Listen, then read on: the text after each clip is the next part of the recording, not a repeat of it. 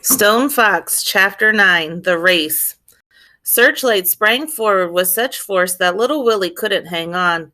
If it weren't for a lucky grab, he would have fallen off the sled for sure. In what seemed only seconds, little Willie and Searchlight had traveled down Main Street, turned onto North Road, and were gone, far, far ahead of the others. They were winning, at least for the moment.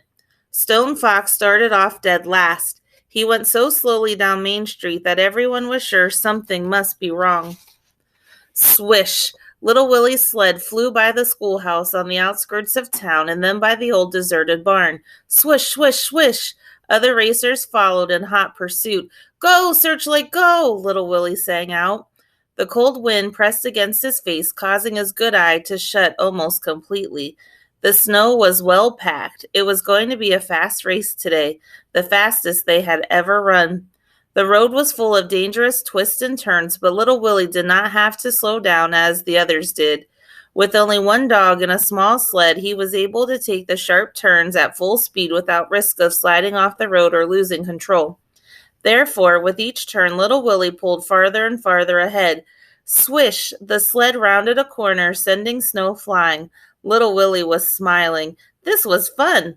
About 3 miles out of town, the road made a half circle around a frozen lake. Instead of following the turn, little Willie took a shortcut right across the lake. This was tricky going, but Searchlight had done it many times before.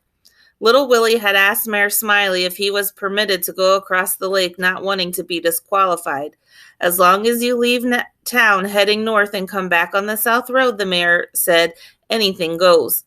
None of the other racers attempted to cross the lake, not even Stone Fox. The risk of falling through the ice was just too great. Little Willie's lead increased. Stone Fox was still running in last place, but he was picking up speed. At the end of 5 miles, little Willie was so far out in front that he couldn't see anyone behind him when he looked back. He knew, however, that the return 5 miles going back into town would not be easy. The trail along South Road was practically straight road, which was very smooth, and Stone Fox was sure to close the gap. But by how much? Little Willie didn't know. Doc Smith's house flew by on the right. The tall trees surrounding her cabin seemed like one solid wall. Grandfather's farm was coming up next. When Searchlight saw the farmhouse, she started to pick up speed. No, girl, little Willie yelled, not yet. As they approached the farmhouse, little Willie thought he saw someone in Grandfather's bedroom window. It was difficult to see with only one good eye. The someone was a man with a full beard. It couldn't be, but it was. It was Grandfather. Grandfather was sitting up in bed. He was looking out the window. Little Willie was so excited he couldn't think straight. He started to stop the sled, but Grandfather indicated no, waving him on. Of course, little Willie said to himself, I must finish the race. I haven't won yet. Go, Searchlight, little Willie shrieked. Go, girl! Grandfather was better. Tears of joy rolled down little Willie's smiling face. Everything was going to be all right. And then Stone Fox made his move. One by one, he began to pass the other racers. He went from last place to 8th, then from 8th place to 7th, then from 7th to 6th, 6th to 5th.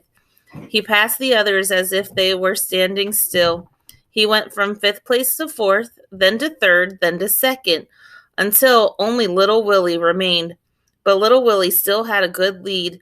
In fact, it was not until the last 2 miles of the race that Stone Fox got his first glimpse of little Willie since the race had begun.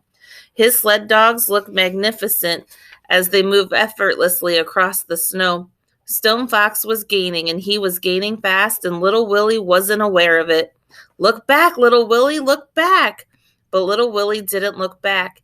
He was busy thinking about Grandfather. He could hear him laughing and playing his harmonica. Finally, little Willie glanced back over his shoulder. He couldn't believe what he saw. Stone Fox was nearly on top of him. This made little Willie mad at himself. Why hadn't he looked back more often? What was he doing? He hadn't won yet. Well, no time to think of that now. He had a race to win. Go, Searchlight, go, girl! But Stone Fox kept gaining, silently, steadily. Go, Searchlight, go! The lead dogs passed little Willie and pulled up even with Searchlight. Then it was a nose ahead, but that was all. Searchlight moved forward, inching her nose ahead.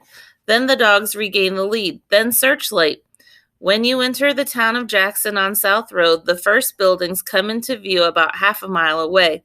Whether Searchlight took those buildings to be grandfather's farmhouse again, no one can be sure, but it was at this time that she poured on the steam. Little Willie's sled seemed to lift up off the ground and fly. Stone Fox was left behind, but not that far behind.